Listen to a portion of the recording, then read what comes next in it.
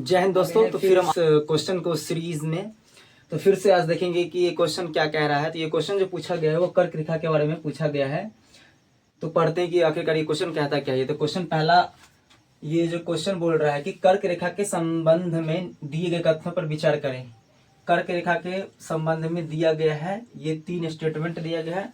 इस 3 स्टेटमेंट के बारे में हमको पढ़ना है कि आखिरकार यह कर्क रेखा के बारे में सही बोल रहा है, गलत बोल रहा है, इसके बारे में मुझे पहले पढ़ना है। तो जब हम पहले पढ़ते हैं पहला स्टेटमेंट के बारे में, पहला कथन के बारे में पढ़ते हैं, तो यहाँ पे लिखा गया है कि भारत को उष्ण कटिबंधीय और शीत कटिबंधीय में बांटता है। यानी कर्क रेखा जो है वो भारत को उष्ण कटिबंधीय और शीत कटिबंधीय में क्या करता है, तो बांटता है। जब आप पढ़ेंगे कर्क रेखा के बारे में तो पता चलेगा कि कर्क रेखा जो है भारत के लगभग लगभग बीचों बीच गुजरता है, जो कि भारत के उत्तरी वाले सभी राज्यों को शीत कटिबंध में रखता है और दक्षिणी वाले राज्यों को सबको उष्ण कटिबंध में रखता है। तो यह बात जो बोला गया है यहाँ पे, जो फर्स्ट स्टेटमेंट बोला गया है, पहला जो कथन बोला गया है वो 100% सही है।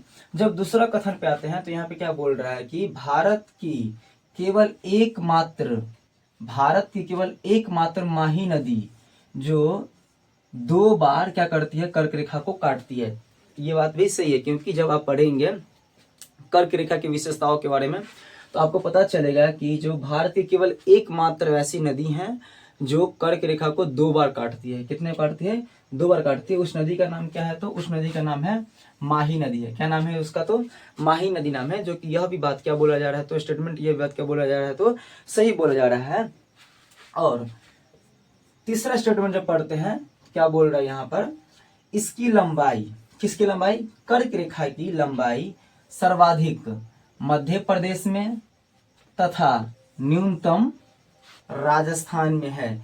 यानी कि यहाँ पे जो थर्ड स्टेटमेंट बोला गया है, यहाँ पे इसका कहने का मतलब ये है कि कर्क रेखा जो है सो इसकी अगर देखा जाए तो कर्क रेखा सबसे ज्यादा मात्रा में किस राज्य से होकर के गुजर रही है, उसकी लंबाई किस राज्य में सबसे ज्यादा मात्रा में है, तो कौन सा राज्य है? तो मध्य प्रदेश है। सबसे कम इसकी दूरी या इसकी लंबाई कहाँ पर है? तो राजस्थान में। तो ये बात भी क्या बोला जा रहा है, तो ये बात सही बोल रहा है। तो यहाँ पे तीनों का तीनों स्टेटमेंट सही है। स्टेटमेंट फर्स्ट, स्टेटमेंट सेकेंड और थर्ड, तीनों का तीनों स्टेटमेंट क्या है, तो सही है। यहाँ पे बोल रहा है उपयुक्त कथनों में से कितने कथन सही नहीं है। सही नहीं है इसका मतलब है इनकी कितने कथन गलत है। क्या बोल रहा है? कितने कथन गलत है। जब आपसे कोई बोलेगा कि आप सही नहीं हो, इसका मतलब क्या है? आप गलत है। इसलिए यहाँ पे क्या बोल रहा है कि यहाँ पे कितने कथन क्या है, तो गलत है। तो कितने कथन गलत है? यहाँ पे एक भी कथन गलत है नहीं, यहाँ पे तीनों का तीनों कथन क्या है, तो सही है। तो क्या होगा? ऑप्शन नंबर ए में क्या बोल रहे हैं? केवल 1, केवल 2, केवल 3। क्या मांग रहा है? कितने कथन गलत है। तो कितने कथन गलत है? कोई भी कथन गलत नहीं है, इसलिए इसका आंसर क्या हो जाएगा, तो डी हो जाएगा। अब हम कुछ कर्क रेखा के बारे में थोड़ा सा महत्वपूर्ण फैक्ट जान लेते हैं कि ये कर्क रेखा जो है सो क्या है। तो जब हम कर्क रेखा के बारे में पढ़ते हैं तो हमें पता चलता है कि कर्क रेखा जो है वह एक प्रकार की कौन सी रेखा है, तो यह एक प्रकार की अक्षांशीय रेखा है। कैसी रेखा है? अक्षांशीय रेखा है। अक्षांशीय रेखा को याद करने के लिए कैसे बोल सकते हैं? जब आप ग्लोब को देखिएगा तो ग्लोब पर जो पड़ी हुई रेखा होती है वो अक्षांशीय रेखा होती है। जो आपने एक चीज और पढ़ा होगा कि जो पृथ्वी को दक्षिणी गोलार्ध और उत्तरी गोलार्ध में, यानी कि नॉर्थ हेमिस्फीयर और साउथ हेमिस्फीयर में जो बांटने के लिए जो कोई अक्षांश रेखा है तो वो कौन सी होता है, तो विषुवत रेखा के बारे में पढ़ते हैं। तो उसी तरह कर्क रेखा भी जो है सो वो कौन सी है, तो अक्षांशीय रेखा है। कर्क रेखा कितने डिग्री से होकर गुजरती है, तो 23.5 डिग्री नॉर्थ से होकर के गुजरती है। कितने से? 23.5 डिग्री उत्तर से होकर गुजरती है। लेकिन जब बात किया जाता है कि 23.5 डिग्री साउथ कौन सा होता है, तो वो मकर रेखा होता है। उसके बाद हम क्या जानते हैं कि कर्क रेखा के बारे में, हम भारत के बारे में पढ़ रहे हैं, भारत के संदर्भ में पढ़ रहे हैं। तो भारत के 8 ऐसे राज्य हैं जहां से कर्क रेखा क्या होती है, तो गुजरती है।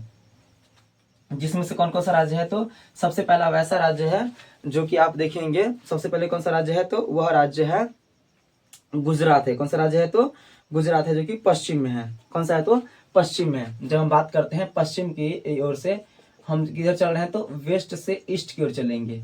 इसका क्रम लेकर के चलेंगे। तो पश्चिम में कौन है तो गुजरात है, उसके बाद कौन सा है तो राजस्थान है, उसके बाद कौन सा है तो मध्य प्रदेश है, उसके बाद कौन सा है तो छत्तीसगढ़ है, उसके बाद कौन सा है तो झारखंड है, फिर कौन सा आता है तो वेस्ट बंगाल आता है, उसके बाद कौन सा आता है तो वेस्ट बंगाल के बाद आप अक्सर लोग यहाँ पे कंफ्यूज हो जाते हैं कि यहाँ पे त्रिपुरा की पहले मिजोरम होगा। तो यहाँ पे हमेशा याद रखिएगा कि सबसे पहले कौन सा आता है तो सबसे पहले जो आता है वह आता है त्रिपुरा आता है। कौन सा आता है तो त्रिपुरा आता है। उसके बाद कौन सा आता है तो मिजोरम आता है। कौन सा आता है तो पहले कौन सा आएगा तो त्रिपुरा आएगा, उसके बाद कौन सा आता है तो मिजोरम आता है। तो ये 8 ऐसे राज्य हैं जो जिससे कर्क रेखा क्या होती है तो गुजरती है। और ये जो क्रम आपको बताए हैं ये कौन सा क्रम है तो पश्चिम से पूर्व की ओर है। कैसा है तो पश्चिम से पूर्व की ओर, क्योंकि अक्सर जो बड़े एग्जाम होते हैं खास करके जो आईएएस लेवल का हो गया, यानी कि जो यूपीएससी कंडक्ट कराती है, चाहे वो कोई डिफेंस लेवल का एग्जाम हो, यानी सीएपीएफ का हो गया, चाहे असिस्टेंट, चाहे वो सीडीएस का हो गया, चाहे एनडीए का हो गया, चाहे एफकैट का हो गया, चाहे जियो साइंटिस्ट का हो गया, कोई भी एग्जाम यूपीएससी कंडक्ट कराती है तो अक्सर यह इस टाइप का क्वेश्चन पूछती है कि कर्क रेखा के बारे में पूछ देगा, वहां पे दे देगा 3-4 राज्य इसमें से दे देगा, अब बोल देगा इसको पूर्व से पश्चिम को दर्शाए या पश्चिम से पूर्व को दर्शाएगा। तो ये एक जो है क्रम पूछ लेता है, जिसकी वजह से क्या होता है अक्सर लोग क्या कर लेते हैं तो गलती कर देते हैं। तो ये क्रम आप याद रखिएगा कि सबसे पहले गुजरात है, उसके बाद राजस्थान, उसके बाद मध्य प्रदेश, फिर छत्तीसगढ़, फिर राजस्थान झारखंड, फिर वेस्ट बंगाल, फिर त्रिपुरा और फिर मिजोरम। तो ये कौन सा क्रम है तो ये पश्चिम से पूर्व की ओर क्रम है। जब आपसे पूर्व से पश्चिम की ओर पूछे, पूर्व से पश्चिम पूछे तो आप पहले बोलेगा मिजोरम, उसका त्रिपुरा, वेस्ट बंगाल, झारखंड, छत्तीसगढ़, महाराष्ट्र, मध्य प्रदेश, महाराष्ट्र लिखा गया यहाँ पे, मध्य प्रदेश, राजस्थान और फिर गुजरात। तो ये क्रम आप याद रखिएगा हमेशा। अब कुछ फैक्ट, ऐसा फैक्ट जानते हैं जो कि बहुत कम लोग जानते हैं इसके बारे में, कि अगर जब आपसे कभी पूछा जाए कि कर्क रेखा को कितने कर्क रेखा की ऐसी कौन सी भारत की नदियां हैं जो इसे 2 बार काटती है, तो कर्क रेखा को जो 2 बार काटती है वो कौन सी रेखा है तो वह कौन सी नदी है तो माही नदी है। कौन सी नदी है तो माही नदी है। ये फैक्ट हमेशा याद रखिएगा। उसके साथ साथ में यहाँ पे और क्या क्या याद रख लीजिएगा कि कर्क रेखा के सबसे नजदीक अगर शहर पूछ ले आपसे, कि क्या पूछ लेगा कि सबसे नजदीक अगर कोई शहर है तो वो कौन सा शहर होगा तो उदयपुर होगा। कौन होगा तो उदयपुर होगा। उदयपुर कौन सा उदयपुर होगा तो त्रिपुरा वाला।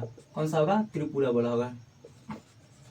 उसके बाद आपसे क्या क्वेश्चन पूछ सकता है कि कर्क रेखा के सबसे नजदीक कौन सी राजधानी है, मतलब भारतीय ऐसे कौन से राज्य की राजधानी है जो कर्क रेखा के सबसे नजदीक पड़ता है। तो आप याद रखिएगा झारखंड की राजधानी रांची। कौन सा है तो रांची है, जो कि सबसे नजदीक पड़ता है। कौन सा पड़ता है तो सबसे नजदीक राजधानी पड़ता है। उसके साथ साथ में आप क्या और याद रखिएगा कि ऐसे कितने राजधानी है, ऐसे कितने राज्य के राजधानी है जो कर्क रेखा से क्या पड़ते हैं तो नजदीक में आते हैं। तो सबसे पहले आप जाइएगा इधर गुजरात में, तो वो गुजरात का कौन सा है तो गुजरात का है गांधीनगर। गुजरात का गांधीनगर। उसके साथ साथ में मध्य प्रदेश का आता है भोपाल। उसके बाद मध्य प्रदेश का भोपाल हो गया। उसके साथ साथ में मध्य प्रदेश का भोपाल हो गया। फिर आप आगे बढ़िएगा तो झारखंड का रांची हो गया। उसके साथ साथ में झारखंड का रांची हो गया। और फिर एक और कौन से राज्य है जिसे आप जानते हैं मिजोरम, जिसे कहते हैं आइजोल। तो ये 4 ऐसे राज्य हैं जो कर्क रेखा के सबसे नजदीक राजधानी इसका है, इस राज्य का राजधानी पड़ता है। तो ये फैक्ट हमेशा ये याद रखिए, खास करके कि इसके शहर कौन सा है तो उदयपुर है सबसे नजदीक में। सबसे नजदीकी कौन सा राजधानी है तो वह रांची है। झारखंड की राजधानी रांची है।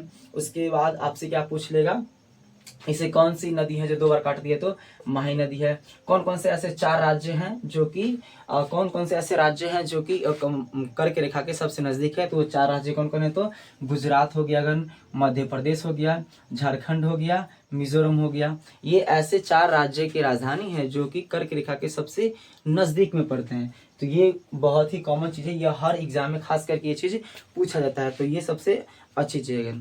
जय हिंद।